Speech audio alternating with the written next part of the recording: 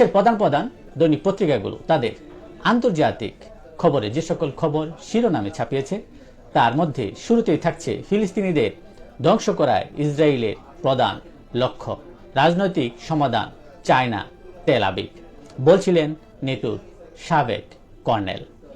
কংগ্রেসকে মোদির খোঁচা, সংবিধানের প্রতি ভালোবাসা দেখানোর প্রয়োজন নেই বলে তিনি মন্তব্য করেন।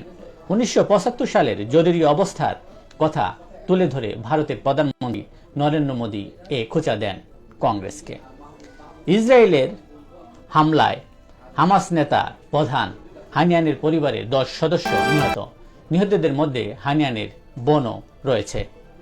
খাবার ও পানির ভয়াবহ সংকটে গাজা, ক্ষুধায় ছটফট করছে ছোট ছোট শিশুরা। 4,95,000 ফিলিস্তিনি ভয়াবহ খাদ্য ঘাটতির মধ্যে দিন কাটাচ্ছে।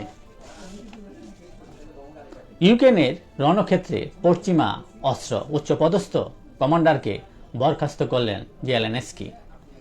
যুক্তরাষ্ট্রে প্রত্যাপনের বিরুদ্ধে দীর্ঘ 1.5 যুগ আইনি লড়াইয়ের পর গত সোমবার যুক্তরাজ্যের একটি কারাগার থেকে মুক্তি পেয়েছে উইকিলিক্সের প্রতিষ্ঠাতা জুলিয়ান অ্যাসাঞ্জ। সমর্থকদের কাছে তিনি একজন নায়ক, সত্যের প্রচারক, তবে সমালোচকদের কাছে অপরাধী, মনোযোগ আকর্ষণকারী, যিনি বহু সংবেদনশীল তথ্য ফাঁস করে অনেক জীবন বিপন্ন করেছেন। অ্যাসাঞ্জের 1.5 দশকের লড়াইয়ের অবসান ঘটল। আটকে গেল জামিন, জেলে থাকছেন কেজরিওয়াল। গতকাল স্থগিতাদেশ দিয়েছেন হাইকোর্ট। এই ছিল দেশের প্রধান প্রধান দৈনিক পত্রিকার শিরোনামে উঠে আসা জাতিক সংবাদ, যা শিরোনামে স্থান পেয়েছে। তাই নিয়ে আপনাদের মাঝে উপস্থিত ছিলাম।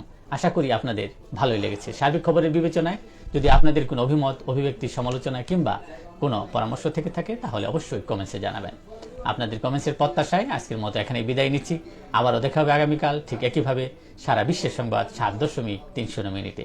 সে পর্যন্ত অবশ্যই সকলেই ভালো থাকবেন, সুস্থ থাকবেন। আর যারা এখনও আমার আইডিটি ফলো করেন নাই অবশ্যই ফলো দিয়ে রাখবেন প্রতিদিনের আপডেট খবর পেতে। আসসালামু আলাইকুম ওয়া রাহমাতুল্লাহ।